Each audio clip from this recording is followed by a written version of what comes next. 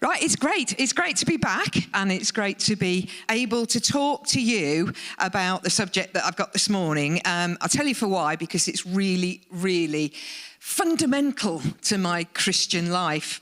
It's about Peter being restored. And I want to let you in to a guilty secret. There you go. You will know my heart now. I absolutely love programs where things are renovated.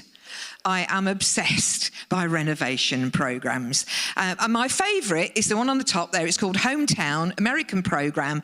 And this is Ben and Erin, and they're a young couple, and they live in the deep south of America in a place called Laurel. And they renovate homes, because Laurel was one of those towns that was going to be, it was dying, and they renovate homes so that people will have a good life there, and they're rebuilding their town one home at a time, because they want to make sure that their town survives for generations to come, and that people not only like to live there, but that they thrive in their environment. So they've not only renovated homes, but they've renovated businesses and other things as well, because they want people to thrive. So there's lots of other programs of this ilk. There's things like Fixer Upper, that's Chip and Joanna Gaines, and they do the same thing. They live in Texas. They're very Texan, and they put their heart and their love into broken down homes, and they make them beautiful and loved. And then to complete my holy trinity of Fixer programs, there's Fixer to Fabulous. Dave and Jenny, just like Chip and Joanna, they're Christians, and I actually think that the other two might be as well. But Dave and Jenny certainly are. He's an ordained minister. And they renovate homes in their hometown of Bentonville in Arkansas. And not only do they do the same as everybody else, but they've got a berry farm, and they give the money to charities and things like that. But if you just think that my love is for American programs, well, let me put you straight. Wheeler Dealers is one of my favourites. Again, Mike Brewer and Elvis Presley, his mechanic, long-suffering. They get wrecks of cars, which most of the time would have been, sent to the scrap heap, and they do them up. And it ensures that just one more car doesn't end up on the scrap heap. And finally, of course, there's the best program in the world, in my humble opinion, and it's the Repair Shop. I'm sure a lot of us watch The Repair Shop. It's a wonderful program. It's absolutely brilliant, where old and battered treasures come and they're brought back to life, to the delight and the tears of their owners. And I sit there and I grizzle all the way through the program, because it just hits my heart about how important these little things are to people. And I just love that program, because it's about getting something that's broken and renovating it, making it new, or putting it back to how it was. It's about people seeing potential in things. Some of these things have been discarded. Some of these things have been neglected. But it's about somebody seeing that potential, that real potential in something or someone. And I love to see the before and after, and the delight in the faces of the people who will benefit from the hard work. But also, the people who do these renovation programs are also really happy because they've done it, because they've made something beautiful. Because there is something very satisfying in seeing something restored to its glory. Well, with that in mind today, we're going to think about the time when when Jesus looked deep into Peter's life, and he saw the pain and the anguish in Peter, within his dear friend. And then Jesus went on, through asking some very pertinent questions, he went on to restore and redeem and forgive and rescue Peter, which was a life that still had so much more to give. So, to pick up the story, as some of you know, Jesus has miraculously risen from the dead. He's been seen several times by his disciples, And there's no doubt that this is Jesus. This is their rabbi. This is the guy they've been following. This is the guy who walked with them and taught them and told them what was going to happen. This is Jesus. This is the one. This is the one they knew was dead. But this is the one whose predictions came true. This is the one who said, I'm going to die, but in 3 days I'll be raised to life. And that's what we celebrated last week. As well as the wonderful baptisms, we celebrated the fact that Jesus is alive. So these are some of the accounts after Jesus' resurrection. We heard last week, Matt spoke about Mary going to the tomb and discovering Jesus was alive. And she had a conversation with the resurrected Jesus. And then she ran off to tell the disciples, if you remember, what she'd seen. And then the disciples rushed to the tomb, but they didn't see him. But Mary was changed by this event, by meeting with the resurrected Jesus. Mary had a new boldness. Mary had a new purpose. It was all true. Everything Jesus had said was true. And then a bit later on, Jesus appeared on the road to Emmaus with his disciples. They didn't recognize him as they walked along and talked with him. They didn't recognize who he was. But then, after a while, their eyes were opened and they thought, oh, our hearts were burning inside us. This was Jesus, resurrected. And then Jesus appeared to the disciples in a locked room.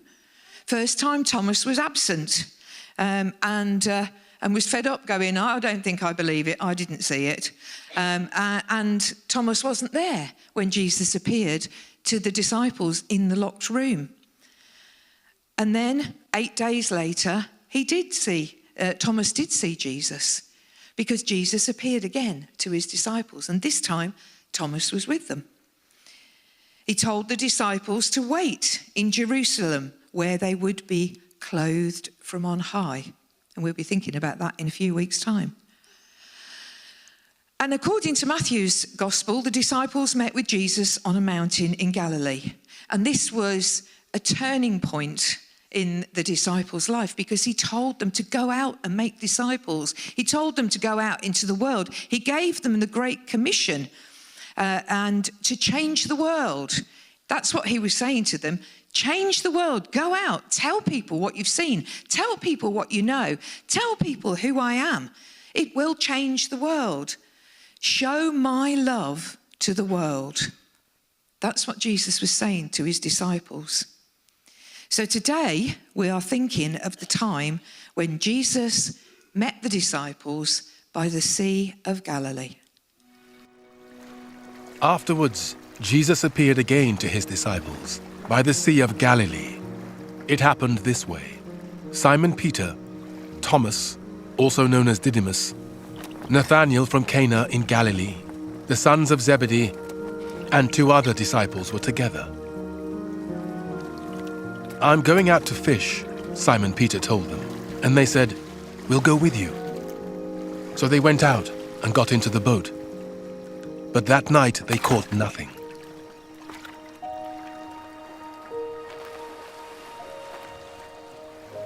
Early in the morning, Jesus stood on the shore.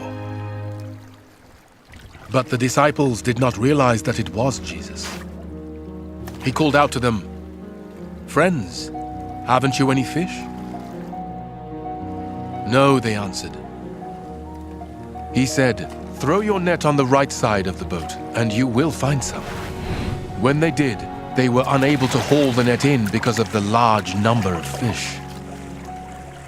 Then the disciple whom Jesus loved said to Peter, "It is the Lord." As soon as Simon Peter heard him say, "It is the Lord," he wrapped his outer garment round him, for he had taken it off, and jumped into the water. The other disciples followed in the boat, towing the net full of fish, for they were not far from shore, about 100 meters. When they landed, they saw a fire of burning coals there, with fish on it and some bread. Jesus said to them, "Bring some of the fish you have just caught." So Simon Peter climbed back into the boat and dragged the net ashore. It was full of large fish, 153. But even with so many, the net was not torn. Jesus said to them, "Come and have breakfast." None of the disciples dared ask him, "Who are you?" They knew it was the Lord. Jesus came, took the bread, and gave it to them, and did the same with the fish. This was now the third time Jesus appeared to his disciples after he was raised from the dead. When they had finished eating, Jesus said to Simon Peter, "Simon, son of John, do you love me more than these?" "Yes, Lord," he said. "You know that I love you." Jesus said, "Feed my lambs." Again Jesus said, "Simon, son of John, do you love me?" He answered, "Yes, Lord, you know that I love you." Jesus said, "Take care of my sheep." The third time he said to him, "Simon, son of John, do you love me?" Peter was hurt because Jesus asked him the third time, "Do you love me?" He said, "Lord, you know all things. You know that I love you." Jesus said, "Feed my sheep." So, as we saw in the clip, Jesus is waiting for his disciples. He's standing there waiting for them where they're at. They'd gone out fishing. They were probably fed up. "Oh, let's go fishing." That's what they knew. They knew what to do. They'd gone out and they'd caught nothing. This is not a good day.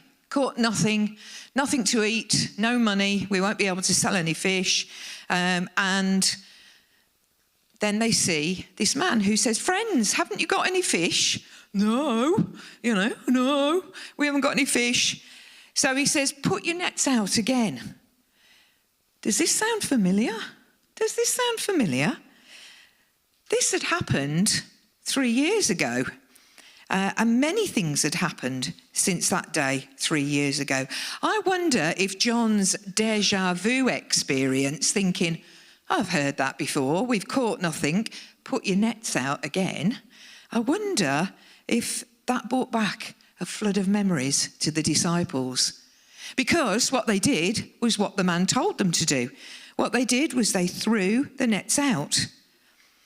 But did Jesus reenact this scene purposely to refocus their minds back to the time when they first believed that he was the one? Is that why Jesus did it? I don't know. But it certainly got their attention, didn't it? Because they threw their nets over and they caught so many fish, just like they had 3 years ago. And Jesus, again, was the one who told them to do it, and they did. These dispirited people must have seen and heard something and thought about something and did what Jesus told them to do. And they caught so many fish. They caught so many fish, 153. I'm not going into why it was 153. That's for another time. But it's then that John recognises that it's Jesus. And then Peter catches up with it and thinks, yeah, so he gets quickly dressed and jumps into the water and wades in. I mean, isn't that just a Peter thing? Isn't that just something you could see him doing? Because there's Jesus on the shore, and then Peter rushes out of the boat, leaving all his friends, leaving the fish, leaving everything behind to get to Jesus. He must have been so excited. And what is Jesus there? What is he greeting his disciples with? He greets them with fish and bread, with something to eat. He knows they would have been hungry. He fed them physically, literally fed them. He called them friends and he fed them. There was no hint of, why are you here? Why aren't you in Jerusalem like I told you to be? Why have you done this? Why have you done that? Nothing. He waits for them. He calls them. He welcomes them. Friends. And then he gives them something to eat. And not only have they got something to eat that he's cooked, but they have got fish in abundance. I mean, so many fish in abundance. But isn't that just how God is with us? That's what I was thinking of. Isn't that just what God does to us? He patiently waits for us. He feeds us. He feeds us physically and spiritually. And then when he does, it's with abundance. So much. I mean, in the first story, the nets were breaking. In this story, 153 fish. It's an abundance of what God is giving us. He meets us where we're at, just like he met the disciples, where they were at, what they were doing. He met them there and then and waited for them. Just loving acceptance and meeting them in their place of bewilderment and need. Whatever they are, wherever they are, whatever their state of mind, Jesus comes to them in love. So once their bellies are full, in the video it showed all the disciples listening, and obviously some disciples did because it was recorded what Jesus said to Peter. But can you imagine, being out all night fishing and then this happened and then you had something to eat? So I should imagine a few of them had a bit of a snooze. But Jesus sat down and he talked to Peter. He spoke to Peter and he asked him 3 questions. Like we've just heard. Simon, son of John, do you love me more than these? So Simon would have looked round at the disciples and said, yes, Lord, you know that I love you. Then the great shepherd said, feed my lambs. Again, Jesus said, Simon, son of John, do you love me? And he answered, yes, Lord, you know I love you. And then the shepherd said, take care of my sheep. And thirdly, third time he said to him, Simon, son of John, do you love me? Now Peter was hurt because Jesus asked him the third time, do you love me? He said, Lord, you know all things. You know I love you. And Jesus said, feed my sheep. The great shepherd said, feed my lambs, take care of my sheep, feed my sheep. Now, there's a couple of interesting points to ponder on that conversation. John's gospel was written, although they spoke to each other in Aramaic at the time, John's gospel was written in Greek. And there are 2 words that John records Jesus using for love when he asks Peter the questions, do you love me? The 2 words are agapeo and phileo. So that's the Greek and there's the English version with it. And the first 2 times Jesus uses agapeo, the meaning of the word means to be fond of, to dearly love, and also a wider, more embracing kind of love as a matter of principle, of duty and propriety. Now, when I read that definition, I thought of Queen Elizabeth II. That kind of love that was a more embracing, a wider love, that's a matter of principle, duty and propriety. And some of you might know, other people that love in that way, as we do ourselves. The third time it's written as phileo, to be a friend of, to be fond of, fond of an individual or an object, to have affection for, to have a personal attachment to. Like I was saying at the beginning with the repair shop, the memories that go with those things that are broken are often, that's the attachment to them. And it's not the article that they're particularly attached to, but it's the memory that goes with them and the feeling that goes with them.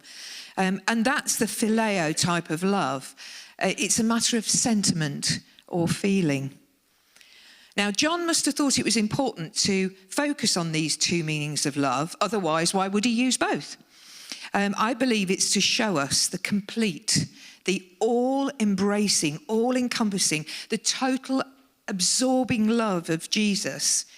And that's what Jesus wants from Peter. That's why he wants to impress on Peter how important it is to love wholeheartedly and completely.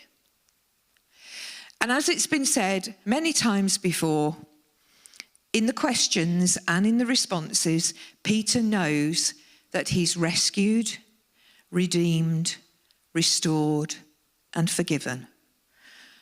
What does he have to be rescued, redeemed, restored, and forgiven for? Well, just as 3 times he told Jesus he loved him, he also denied Jesus 3 times before his death. He told the people he didn't know who they were, who he was. He told people that he wasn't one of Jesus' followers. He denied Jesus 3 times.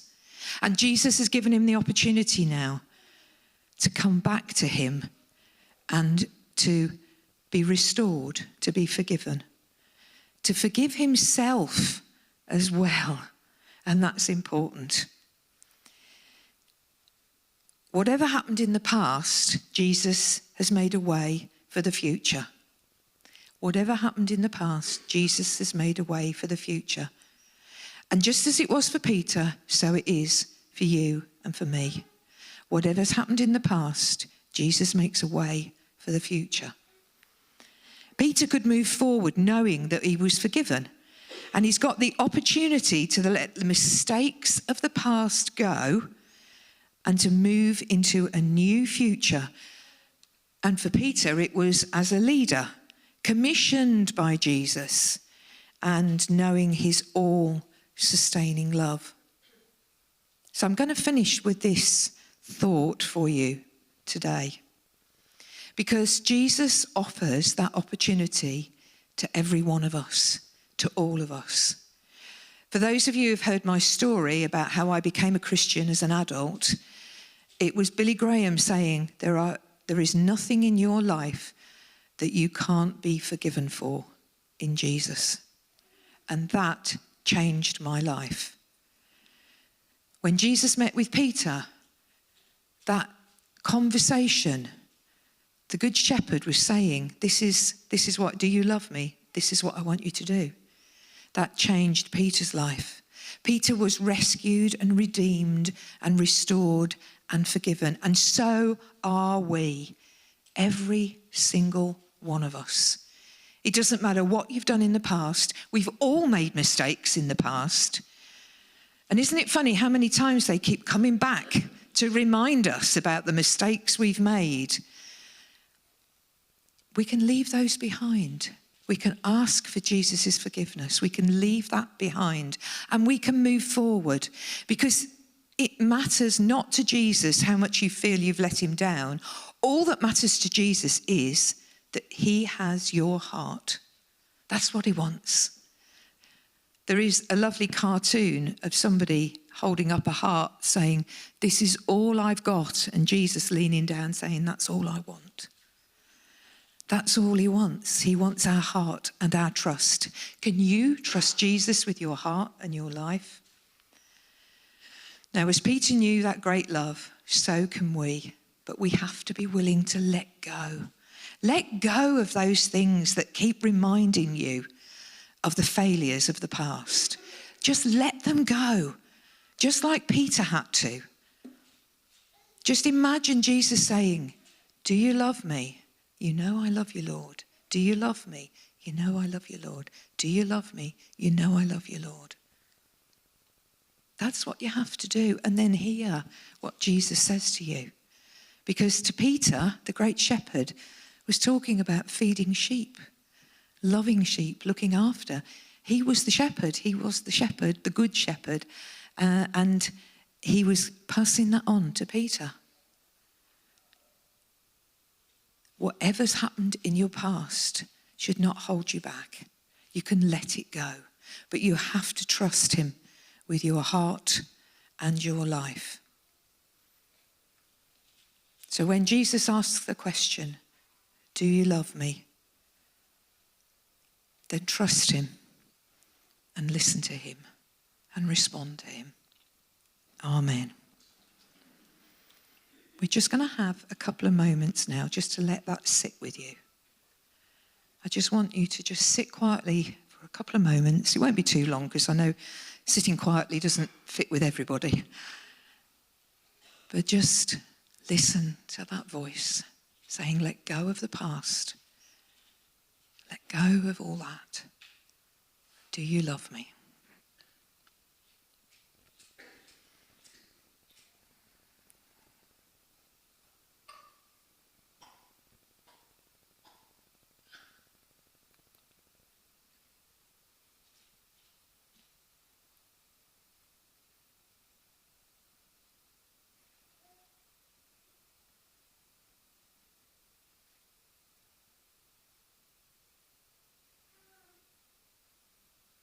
Lord, I just thank you for every heart here and every heart that will listen to this talk.